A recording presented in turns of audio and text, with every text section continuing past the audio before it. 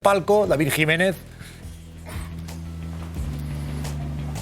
Bueno, hay un poder del palco. Si uno hace una foto, ¿no?, de un partido de la Champions en el Bernabéu y ve quiénes están allí, pues muchas veces te encuentras a jueces, te encuentras a ministros, te encuentras a grandes empresarios, te encuentras a directores de medios también, y por supuesto ahí se cuecen muchísimas cosas. Es uno de los grandes nidos del poder en España.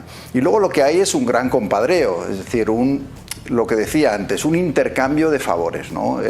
Yo te doy a ti, por ejemplo, en el caso de las grandes empresas, a los medios, más publicidad de la que te corresponde por tu audiencia, y tú sabes que yo te acabo de hacer un favor. Cuando hay una noticia delicada sobre mí, por ejemplo, de estos casos de corrupción, o me la minimizas o directamente no la publicas, ¿no? Y ese es el problema, pero es que si te vas a los políticos ocurre lo mismo. Ayuntamientos, comunidades autónomas y gobierno central utilizan la publicidad institucional, que la pagamos todos, para premiar a aquellos medios que les hacen el juego y para castigar a aquellos que son críticos. Y eso también es una manera de condicionar a ese guardián que decía antes del sistema, ¿no? Y al final lo que yo creo que tenemos en España es un problema claramente de garantías, de vigilancia y de consecuencias con respecto a la corrupción. Es decir, las principales instituciones y organismos que deberían estar vigilando no lo hacen muchas veces porque están condicionados por ese juego de favores. Fue director del Mundo, luego lo echaron, luego publicó el director. Entre otras cosas, yo que he leído ese libro, David, pues habla de lo que ocurría, por ejemplo, a la hora de quién no se podía hablar mal, el enorme poder. David, ¿qué tal? ¿Cómo estás? Buenas tardes. Buenas tardes. En ese libro, precisamente en el director, se habla de aquellos que, poniendo grandes cantidades de dinero en publicidad, pues por ejemplo, luego condicionaban aquello de lo que se podía hablar o no en los medios de comunicación. Eso ocurre. Estamos hablando aquí también de, oye, grandes empresas y el poder que pueden llegar a tener. Bueno, eso ocurre y ha ocurrido desde hace muchísimo tiempo. En el director, por ejemplo, mencionó cómo Telefónica tenía 80 periodistas de este país a sueldo en la época de César Alierta. El BBVA tenía un fondo también para comprar periodistas, para financiar medios que, por supuesto, lo que hacían no era periodismo, sino propaganda. Yo creo que hay mucha responsabilidad en la prensa, no solo a la hora de beneficiarse de esos acuerdos, sino también en el sesgo. Es decir, cuando tienes una prensa donde muchos medios solo investigan al rival y viceversa, al final esto le da una excusa perfecta a los políticos, ¿no? Cuando hay un escándalo dicen, no, pero esto son los adversarios, ¿no? Es una conspiración. Y al final lo que no cambia, y una de las cosas que a mí me entristece, es que en todo este debate estamos hablando de un partido, del y tú más, pero no hay un debate sobre cómo cambiar el sistema, sobre cómo regenerarlo, qué medidas concretas podemos hacer para que estas cosas no ocurran de esta manera tan burda, ¿no? Es decir, si la última vez que gobernó el Partido Popular aquello acabó en una putrefacción absoluta, si cuando ha gobernado ahora el PSOE nos encontramos con estos escándalos, ¿no será que detrás también hay un problema sistémico sobre el que hay que empezar a actuar?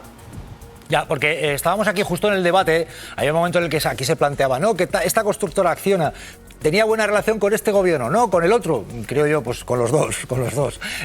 Claro, al final, como diría Villarroya, los amos del cortijo, no sé, pero porque tú, por ejemplo, David, has vivido la experiencia, siendo director de un periódico, de que te advirtieran de que no se podía hablar de alguna gran empresa. Esto tú lo has vivido.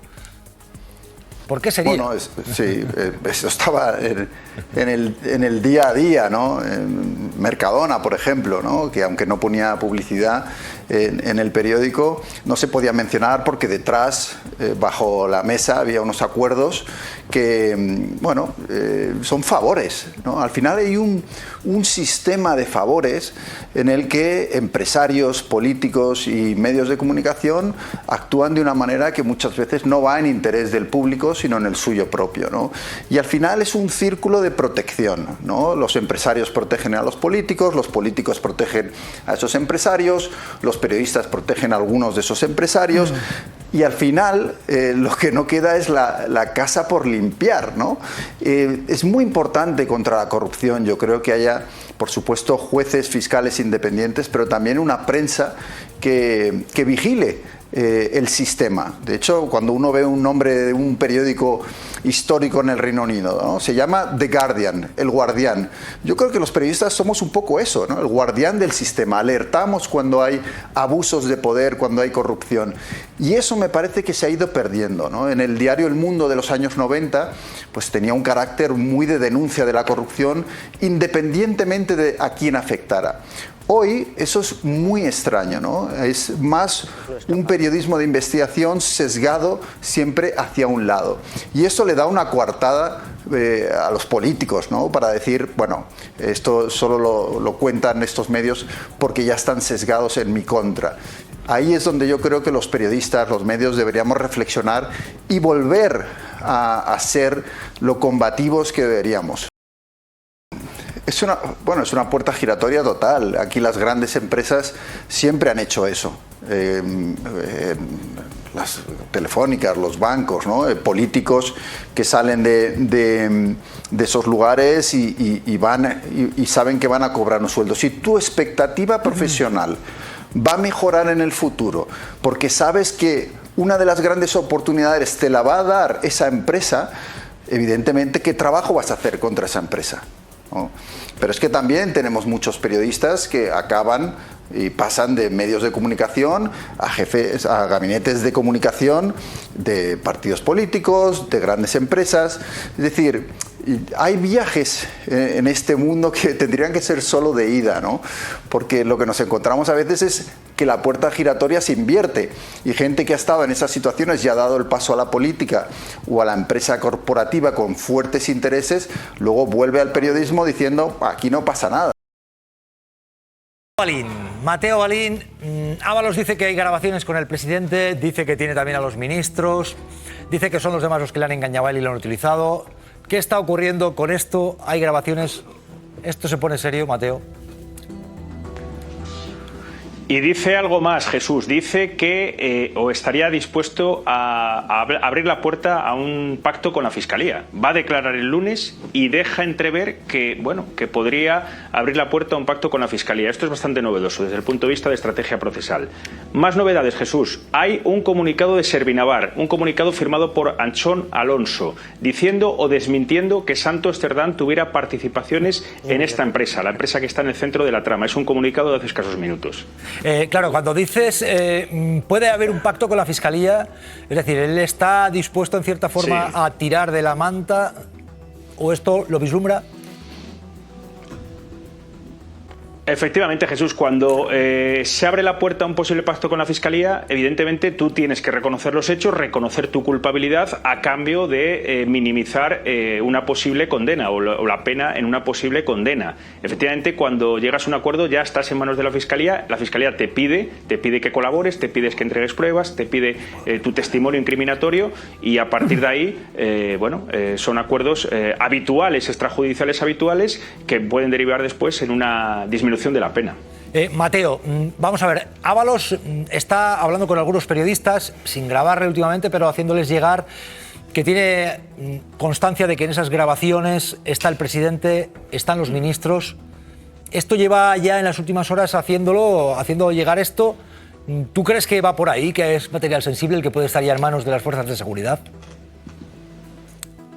Yo creo, Jesús, que nos equivocamos si hablamos de grabaciones. Son conversaciones de WhatsApp, conversaciones que tú vuelcas con otra persona, que las vuelcas en un historial y las metes en un USB. Son conversaciones, no voy a negar nada que no conozcamos, que ya se conocieron en los medios de comunicación. Las conversaciones famosas de José Luis Ábalos con Pedro Sánchez se han conocido en los medios de comunicación y yo creo que va más por esa línea, por conversaciones de WhatsApp que ha tenido con quien fue el secretario general del PSOE y el secretario de organización, o sea, la mano derecha en el partido, conversaciones históricas que ya conocimos en los medios y yo creo que va más por ahí. Él dice que es su estrategia de defensa, que forman parte de su estrategia de defensa, también tiene conversaciones con otros ministros y conversaciones con medios de comunicación, con directores de medios de comunicación desde el año 2021. Es lo que cuenta la cadena SER en la declaración que ha hecho Ábalos a esta emisora.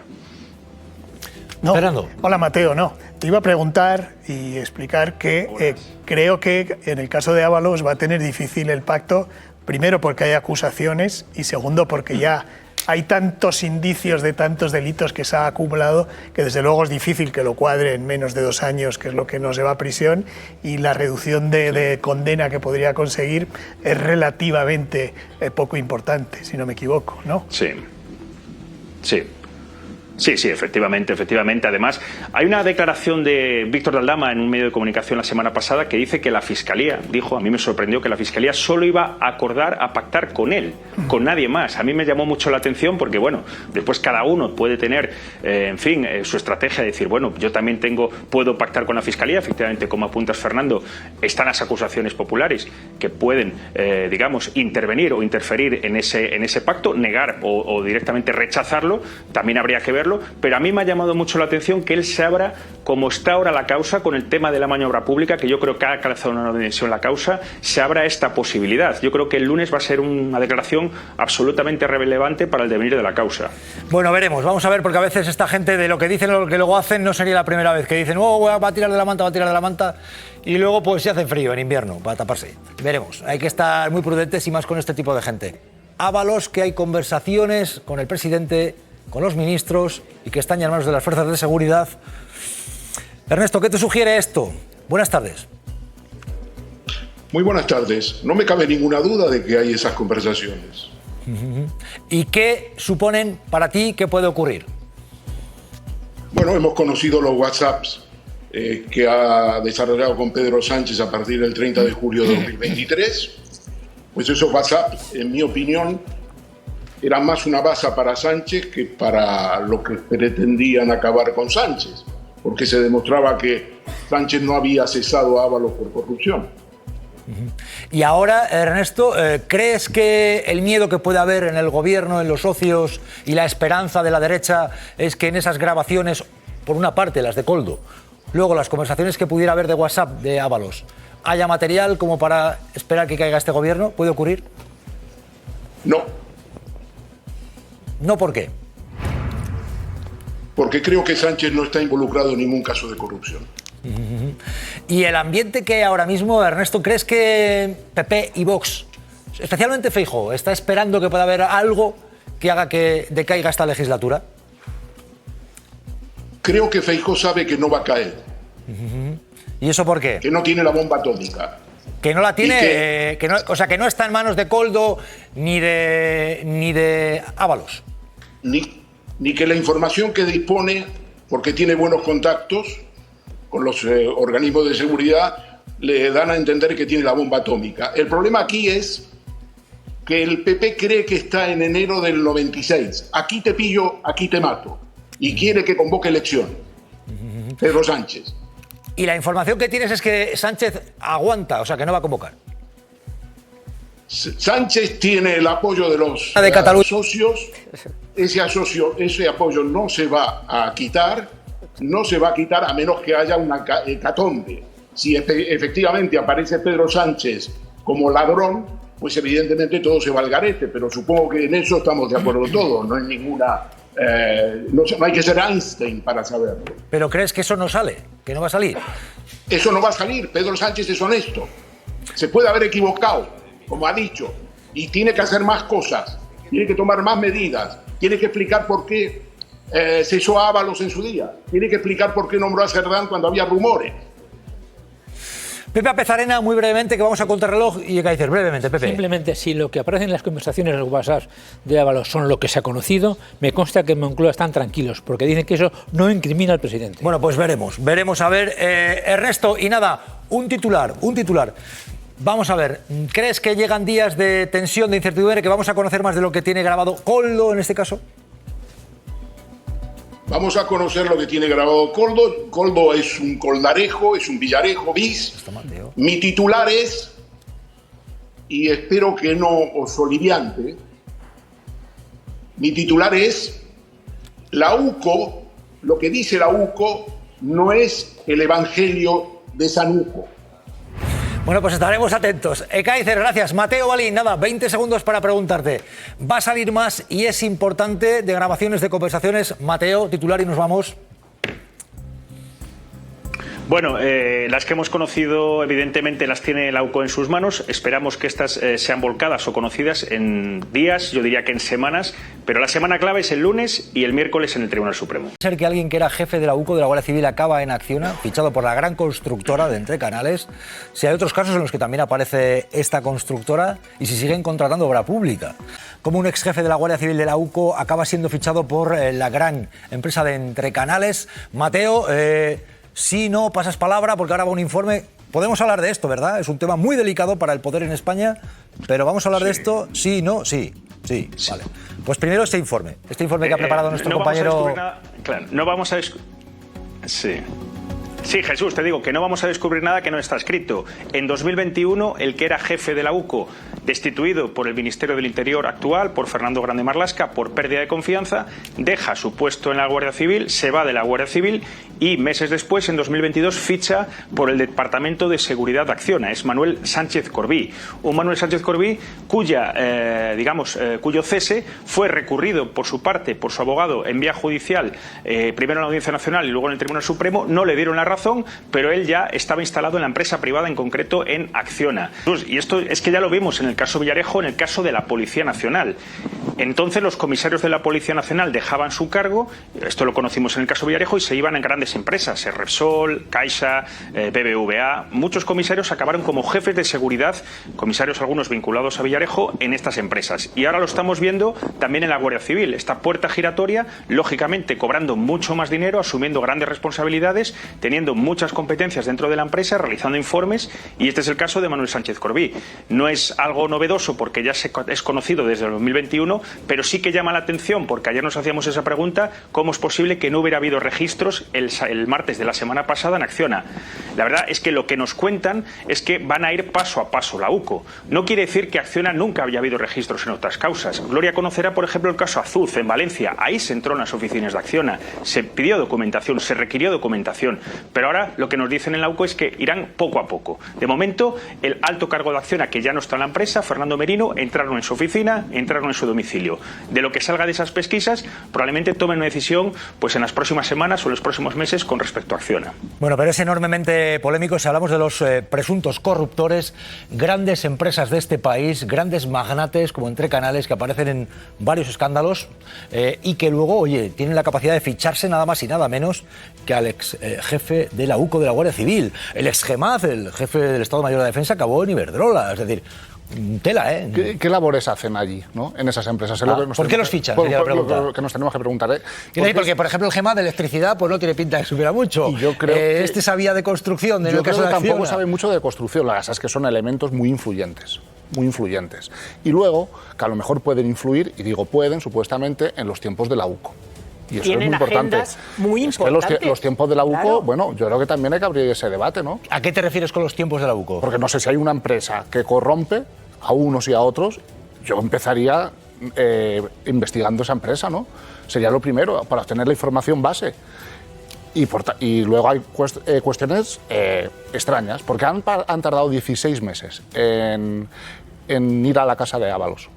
¿Por qué todavía no se está investigando donde supuestamente Koldo tiene grabados nuevos audios?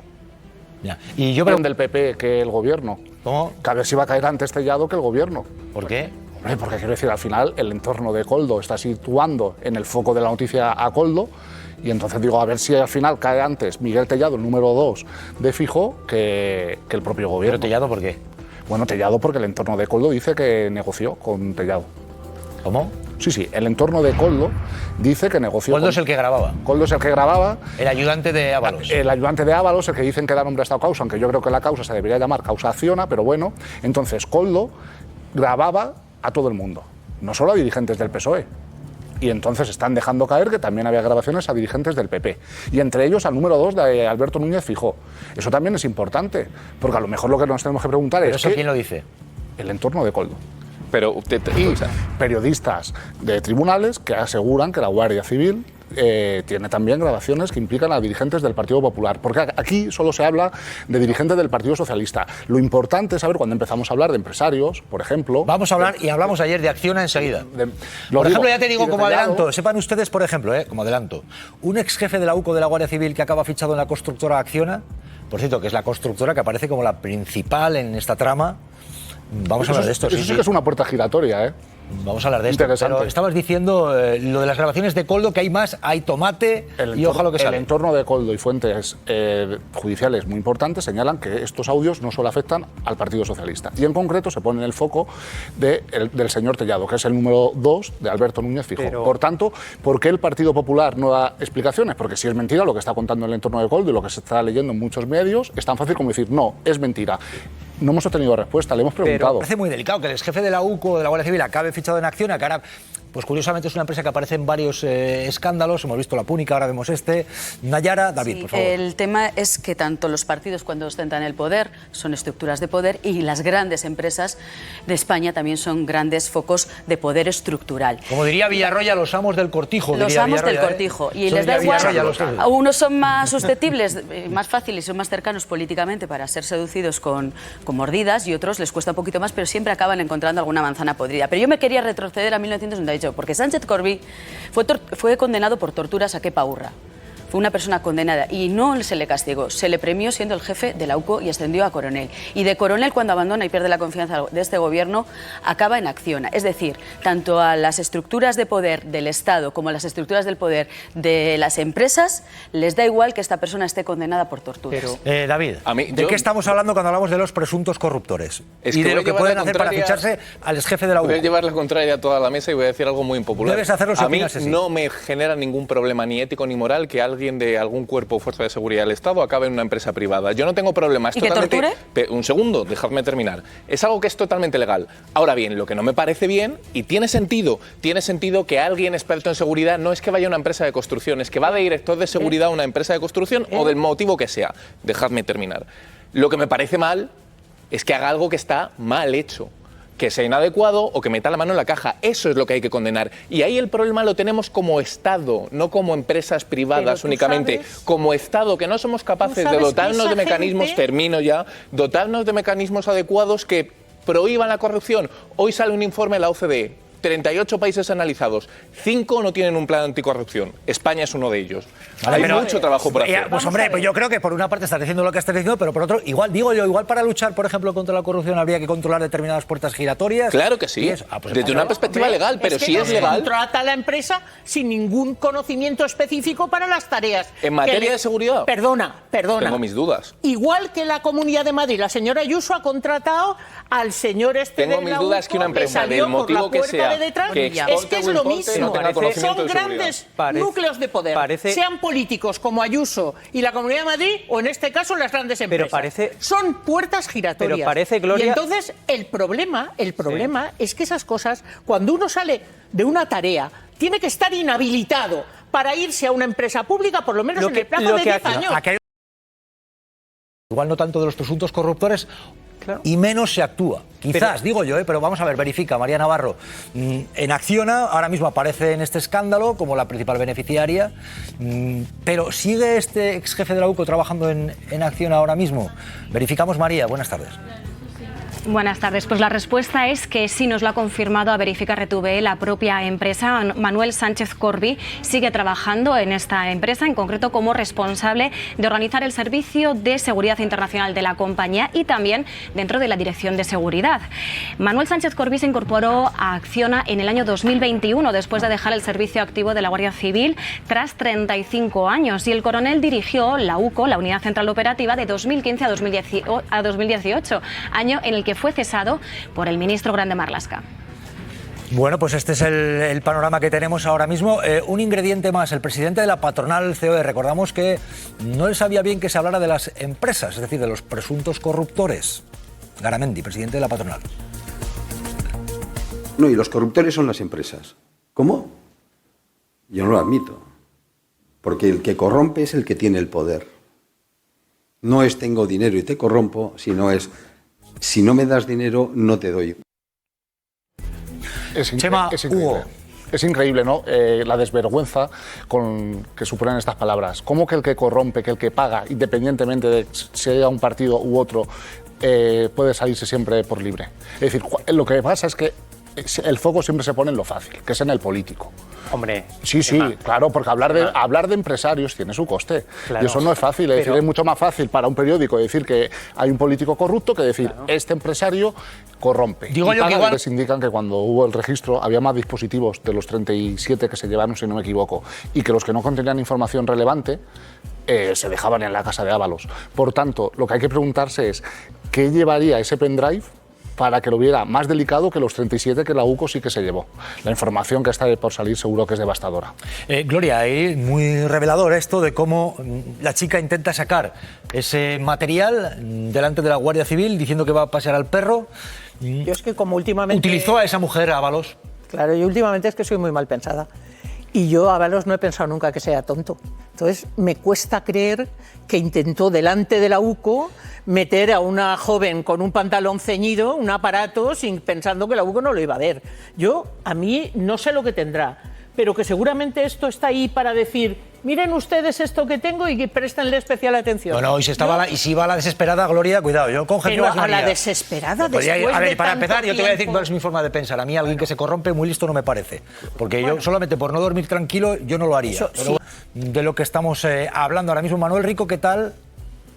Hola, buenas, ¿qué tal, Jesús? ¿Qué está ocurriendo que habéis publicado relacionado precisamente con este ambiente del que estamos hablando, ambiente político tenso, muy tenso, y algunos que tratan de azuzar el asunto? Sí, bueno, lo que acabamos de publicar en público es que un canal de ultraderecha en Telegram ha publicado teléfonos y direcciones de 6 ministros socialistas del gobierno de Sánchez y de varios exministros de la época del PP, ¿no?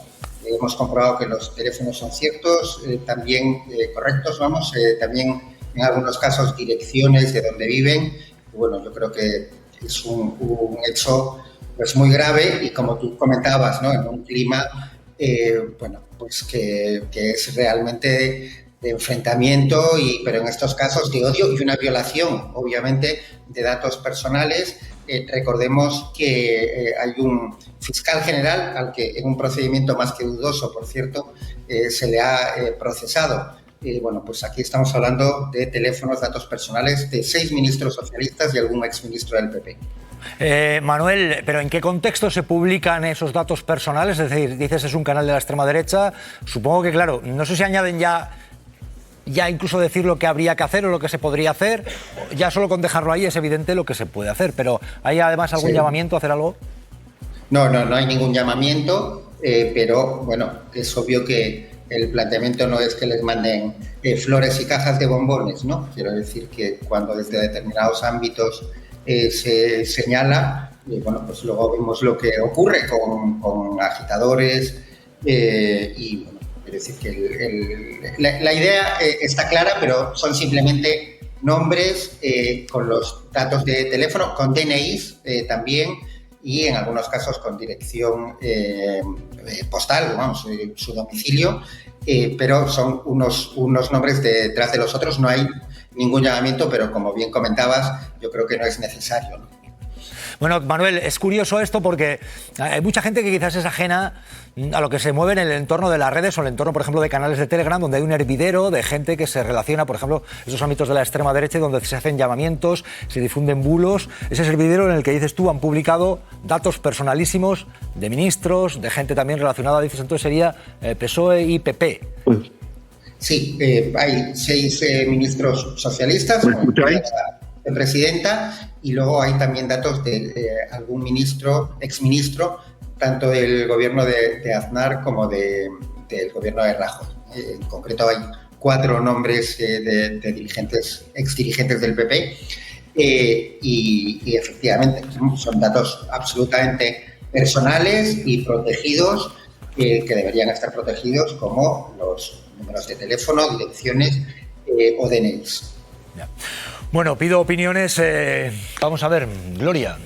Esto es lo que pasa por alentar a los que crían al huevo de la serpiente, porque además esto, de verdad, estos tienen que estar al otro lado del muro, pero del muro de la cárcel, los que están haciendo señalamientos, los que están poniendo dianas, porque eso es no solo fascismo, es alentar una violencia que luego la gente se rasga las vestiduras. Sí, estoy de acuerdo. ¿Está claro? Entonces, eso es inadmisible. El problema es quién patrocina eso. Porque eso no surge de la nada. Había gente así ya antes, pero estaban totalmente callados y ahora están crecidos. Y se crecen y cada vez... Pero ¿cómo no se van a crecer si la presidenta de la Comunidad de Madrid esta semana, Isabel Díaz Ayuso, decía de hacer patrullas ciudadanas? El problema de la facha borroca es que va subiendo de intensidad.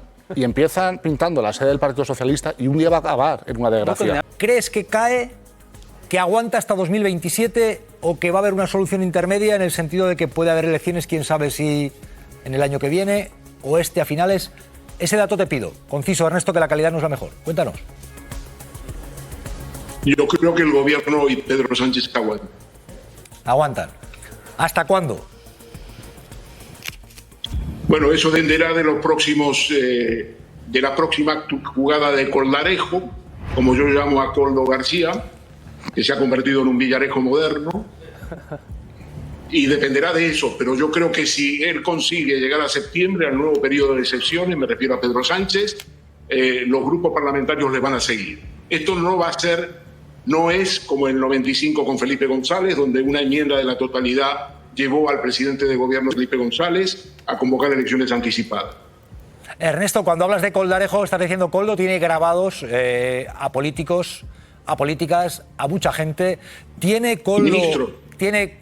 Eso te voy a preguntar. ¿Qué tiene? ¿Tiene una bomba de relojería esas grabaciones de Coldo ahora mismo que este país desconoce y va a ir saliendo?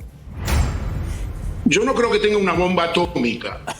No creo que tenga una bomba atómica, y lo digo porque lo que me llega es que, por ejemplo, tiene una grabación con Víctor Torres, el ministro Víctor Torres. Bueno, bien, conoceremos algunos detalles cuando la haga pública.